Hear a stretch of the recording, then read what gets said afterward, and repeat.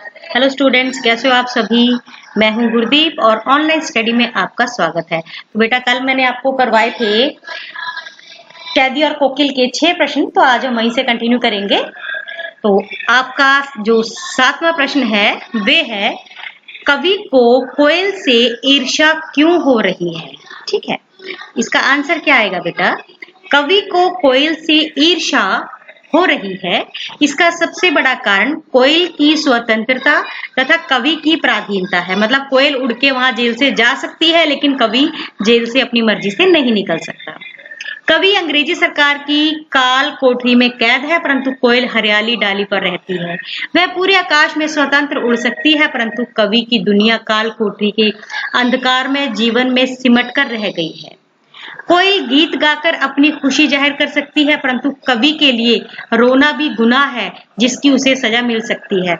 मैंने कल आपको बताया था बेटा कि ये अंग्रेजों की जो जेल थी वो इतनी भयानक थी कि कोठरियां छोटी होती थी साइज में, अंधकार से भरपूर होती थी।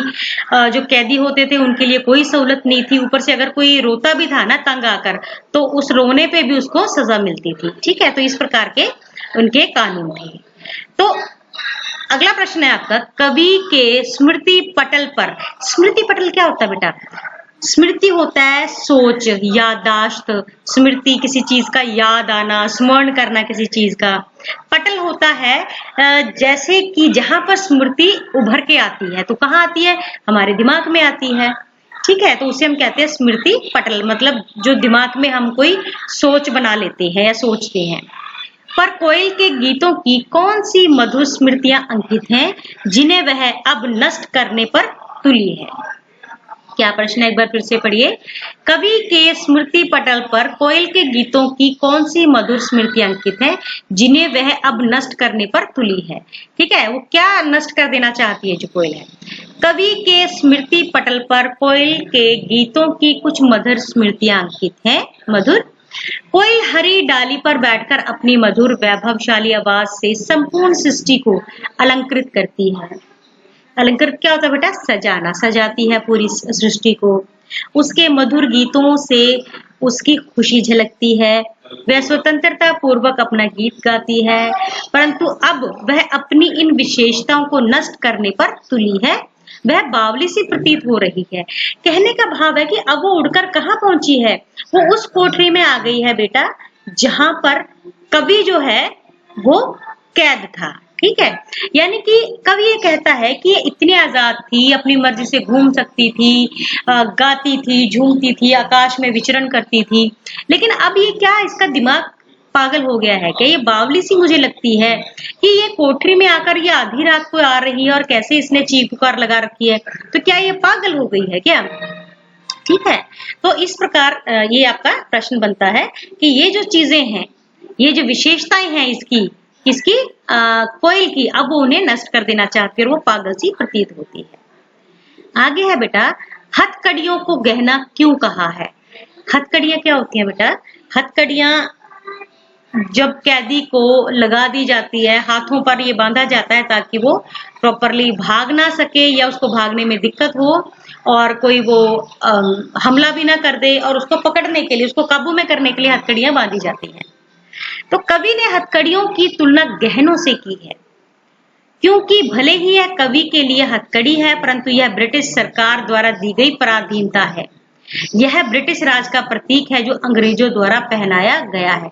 मतलब वो इन्हें, कवि क्या कहता है, इसे गहना कहता है। क्यों, उसे लगता है कि यह एक ज्वेलरी है, गहना है जो किसने पहनाया है, पराधीनता का अंग्रेजों ने पहनाया है, और वो इस गहने को नहीं पहनना चाहते। ठीक है, और अगर उन्हें हथकड़ी लग गई है तो भी वो जिद किए हुए हैं आजादी के लिए, वो आजाद होना चाहते हैं और वो आजादी के लिए लड़े भी हैं, अनेकों बार जेल गए हैं, और वहीं पे ये कविता उनकी ये लिखी है उन्होंने। 10वां प्रश्न है बेटा, काली तू ए काली। इन पंक्तियों में काली शब्द की आवृत्ति से उत्पन्न चमत्कार का विवेचन कीजिए। तो देखिए, इन पंक्तियों में कवि ने कुल 9 बार काली शब्द का प्रयोग किया है। यहाँ काली शब्द का प्रयोग कई अर्थों में किया गया है। कहीं इसकी तुलना ब्रिटिश सरकार की काली करतूतों से की गई है, कहीं यह वातावरण की कालिमा का प्रतीक है, तो कहीं इसका जो अर्थ है वो निराशा को करता है। ठीक है बेटा, तो निराशा को संबोधित करता है। आगे प्रश्न है 11वां, काव्य सौंदर्य स्पष्ट कीजिए। किस दावानल की ज्वालाएं हैं दिखी? इसका आंसर है, यह कवि कोयल की वेदनापूर्ण आवाज पर अपनी आशंका व्यक्त कर रहा है। अपनी प्रश्नात्मक शैली में कवि ने कोयल के कष्ट का अनुमान लगा रहा है। कवि ने बिंबात्मक शैली का प्रयोग किया है। भाषा में सहजता है और सरलता है। बिंब कहाँ होते हैं बेटा? जब हमारे सामने कोई चित्र अंकित हो जाए तो हम उसे बिंब कहते हैं। मानस पटल पर उभरा हुआ चित्र है।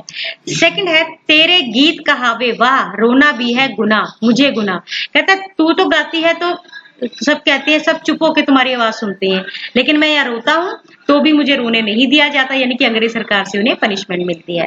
तो प्रस्तुत काव्य पंक्तियों में कवि ने अपने तथा कोयल के जीवन की विषमताओं की ओर संकेत किया है। कवि ने यहाँ तुकबंदी का प्रयोग किया है, अपनी तथा कोयल के जीवन की तुलना की है तथा सरल भाषा का प्रयोग किया है। 12वां प्रश्न है बेटा आपका, कवि जेल के आसपास अन्य पक्षी को चहचना भी सुनता होगा, लेकिन उसने कोकिला की ही बात क्यों की है? तो यह कोकिला भारत माता का प्रतीक है।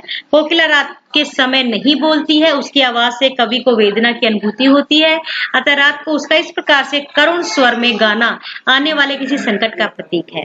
कोकिला की आवाज अन्य पक्षियों से अधिक मधुर तथा भिन्न है, इसीलिए कवि ने सिर्फ कोकिला की ही बात की है। ठीक है बेटा। तीसरा और आपका आखिरी प्रश्न है, वैसे ये जो 12वां और 13वां प्रश्न है ये अभ्यास के आसपास के हैं, आपने ये नहीं करने, बस इनको समझना जरूर है। आपके विचार से स्वतंत्रता सेनानियों और अपराधियों के साथ एक सा व्यवहार क्यों किया जाता होगा? ब्रिटिश सरकार स्वतंत्रता सेनानियों तथा अपराधियों में कोई अंतर नहीं समझती थी।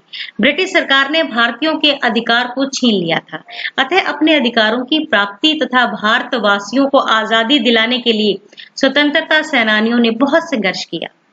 भारतीयों पर अपना वर्चस्व कायम रखने तथा स्वतंत्रता सेनानियों के मनोबलों को तोड़ने के लिए स्वतंत्रता प्रेमियों तथा अपराधियों के साथ एक जैसा व्यवहार करते थे, ताकि इनका मनोबल टूट जाए और ये आजादी के आंदोलनों में भाग लेना छोड़ दे। तो ये अंग्रेज सरकार की पॉलिसी थी।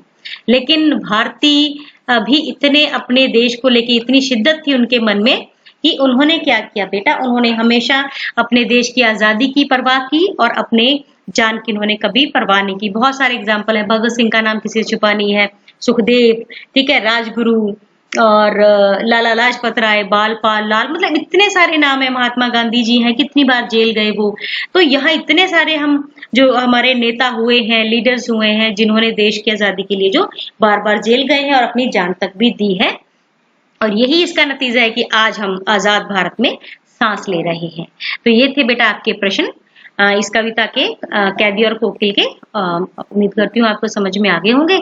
यदि कोई दिक्कत होती है बेटा तो मुझे कमेंट सेक्शन में जाके आप बता सकते हो। आपके जो भी परेशानी होगी उसका हल जो है आपको अवश्य मिल जाएगा। तो आज के लिए बस इतना ही। बहुत बहुत धन्यवाद।